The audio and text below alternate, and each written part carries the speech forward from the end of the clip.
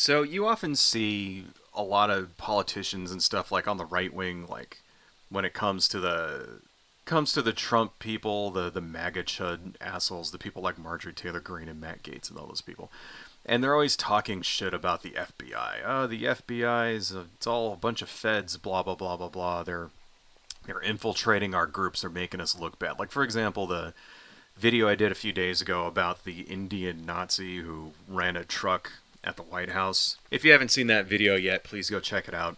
Long story short, guy rents a truck, crashes it into a park outside of the White House. All the MAGA chuds are going nuts because the dude is of Indian descent, like Southeast Asian descent, right?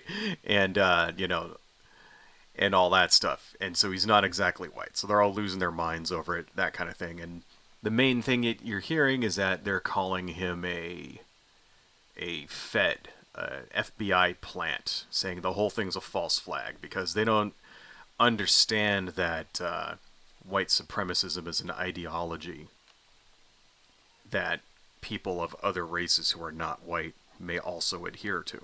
They don't understand how that works.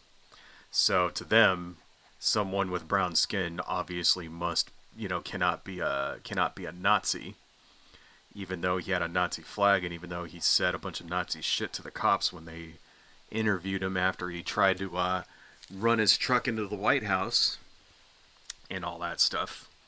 They're in denial about it because they don't understand that. And this is just a sort of a meme that you're seeing on the right wing especially when it comes to politicians. How they're always saying that the FBI is full of, they're infiltrating right wing groups and they're just trying to make bad. The FBI instigated January 6th, for example. The FBI planted the documents on Donald Trump and it is in Mar-a-Lago just to make him look bad. And the FBI is doing all these false flags just to make white people look bad, to make etc etc etc, right? Which is all bullshit. Obviously, it's kind of it sort of reminds me of when you're a little kid and you're like playing kickball and like or you're playing handball with somebody and like the guy you're playing against just completely whips your ass, and so you start accusing him of cheating because you're like humiliated from like getting fucking your ass beat so hard that there must be a reason. It's like, you cheated, man. It's like, no, you didn't cheat, you just suck. Like, that's what this reminds me of, right? And I would like to point out to you, in real life it's a lot different than what these people are obviously saying. Here's a news article from the Miami Times. Police officer charged with Proud Boy leaks. So this is from a few days ago, the 23rd, updated yesterday. This is Enrique Tarrio. We talk about him a lot on this channel. He is the former chairman of the Proud Boys.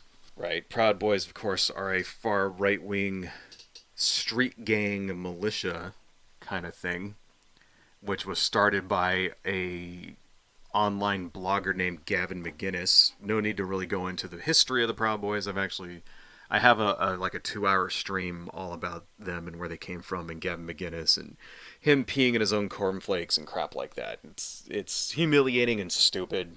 A couple of factors, but like for example, their name comes from the Aladdin musical, stuff like that. They when they get jumped in, they have to get like they have to name their like favorite types of breakfast cereal. Like, it's the stupidest shit ever.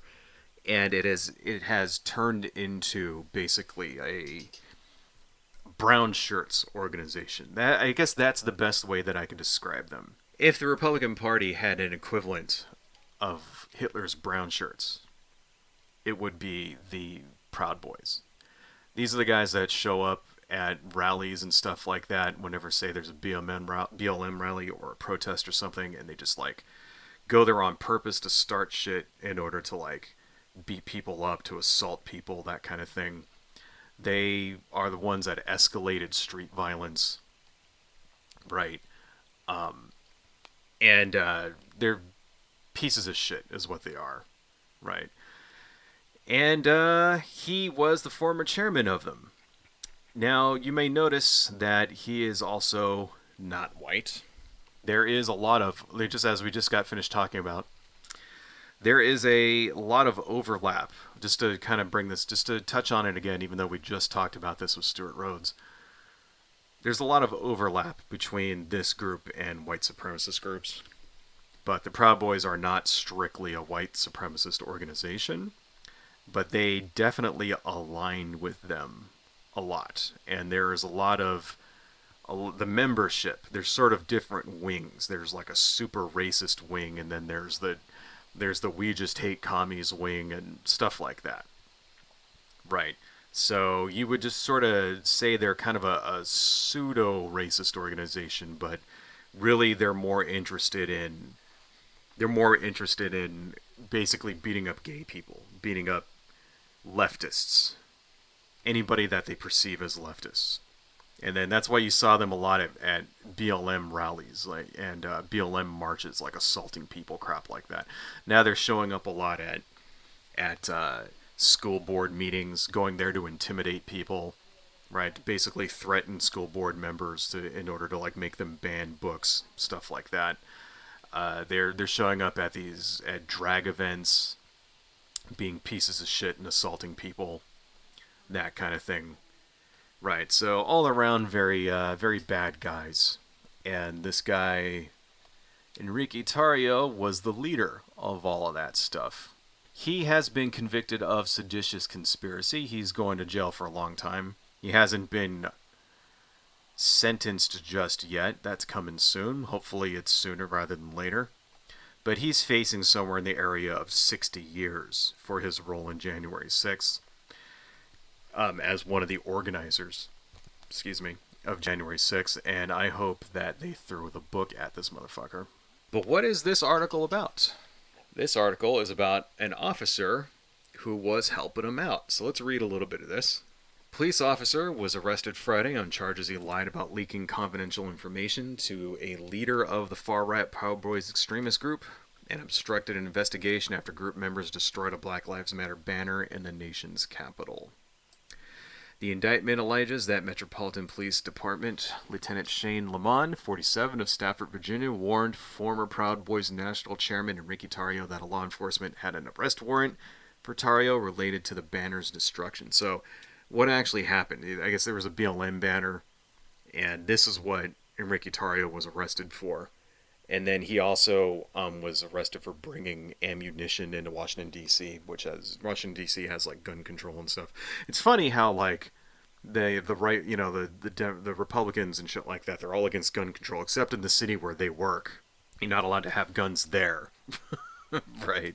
But, everywhere else, you can open carry all you want there, just not where we can get shot.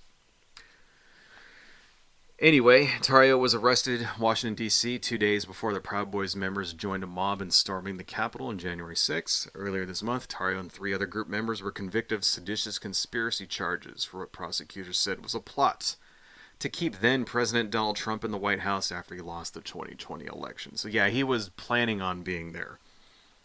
They were planning on all that stuff, and he just happened to get arrested right shortly before January 6th went down. So, federal grand jury in Washington indicted Lamont on 1 count of obstruction of justice, 3 counts of making false statements. Now let's skip down to what he was actually accused of.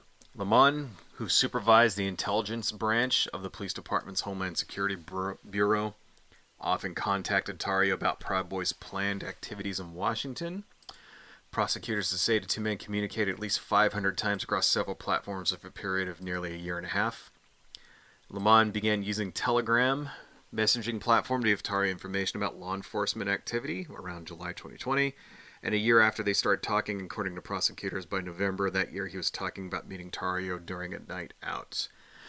Telegram, for you guys who don't know, was designed specifically to not leave a paper trail, so the messages are encrypted and then they can be like permanently deleted and you can't pull them back up. And Telegram did that on purpose because they were like, oh, the government won't spy on you and all that other crap. So as a consequence, people like drug dealers and stuff use Telegram in order to send messages to each other. White supremacists and actual terrorist groups use Telegram right, in order to send messages to each other, including people like this, including the Proud Boys, right? Okay. In December 2020, Lamont told Tario about where competing anti-fascist activists were expected to be. Lamont, whose jobs entailed sharing what he learned with others in the department, asked Tario whether he should have shared the information Tario gave him about Proud Boy activities, prosecutors said. Jurors who convicted Tario heard testimony that Lamont frequently provided the Proud Boys leader with internal information about law enforcement operations in the weeks before other members of his group stormed the Capitol. So basically, this cop was their man on the inside. This cop was feeding them information, saying, "Hey, there's going to be an Antifa rally over here on this street at such and such time. You guys want to show up and kick their asses or whatever? That's where they're going to be." Or, "Hey, there's going to be cops raiding this place. You guys don't be there," or something like that. Or, "Hey, the cops have a warrant for your arrest. You better not show up here." Stuff like so. This guy was like a fucking spy. This is what's going on here, like fucking man on the inside shit. Okay, less than 3 weeks before the January 6th riot, Lamont warned Tario that the FBI and the U.S. Secret Service were all spun up over talk of an InfoWars internet show that the Proud Boys plan to dress up as supporters of President Joe Biden on the day of the inauguration. In a message, that's actually a thing that they did say, by the way. That was one of their plots. They said they were going to show up as I think they said they were going to dress up as Antifa, like wear all black and stuff like that, and then they were going to like smash up the Capitol, and that way it would get blamed on Antifa. They actually said that on Infowars, right? In a message to Tario, December 25th, 2020, Lamont said police investigators had asked him to identify Tario from a photograph. Lamont warned Tario that police may be seeking a warrant for his arrest. On the day of his arrest, Tario posted his message to other Proud Boys leaders that said the warrant was just signed. Text messages induced at Tario's trial appeared to show a close rapport between the two men, with Lamont frequently greeting the extremist group leader with the words, "Hey, brother." Yeah, for the trial, Tario's attorneys wanted to call Lamont to testify to support claims that the Proud Boy leader wanted to avoid violence, but were stymied by his lawyer's contention that Lamont would claim the Fifth Amendment privilege against self-incrimination, because it is against the law to openly communicate with the subject of an investigation like that, especially like a fucking terrorist like, Enrique Tarrio. Yeah, I said it. Yes, that's what fucking Enrique Tarrio is. He's a terrorist. Long story short, this guy was basically their spy. Some of them who work forces are the same who burn crosses. That's what the FBI is really doing, folks. Here's the thing, folks. The FBI, like law enforcement in general, has always been weighted conservative, right? Usually throughout history, they've always been weighted conservative. They always just historically have come down harder on leftist movements all throughout history, on labor unions, on in the 60s with anti-war activists, stuff like that. So it's funny how, the conservatives, the Marjorie Taylor Greens and the Lauren Boeberts and the Matt Gaetzes and everybody are rallying against the FBI, saying that they're just it's all a false flag. They're setting all this stuff up to, because they hate conservatives and they hate MAGA and they hate Donald Trump, blah blah blah blah blah blah blah. And in real life, it's like the exact fucking opposite. In the real life, the cops are fucking feeding like the cops are feeding fucking information to the Proud Boys. They're giving them heads up saying, "Hey, don't be here. Hey, they're going to arrest you there. Hey, this is where the Antifa people are going to be this week. Maybe we'll turn a blind eye when you go up and fucking start shit with them."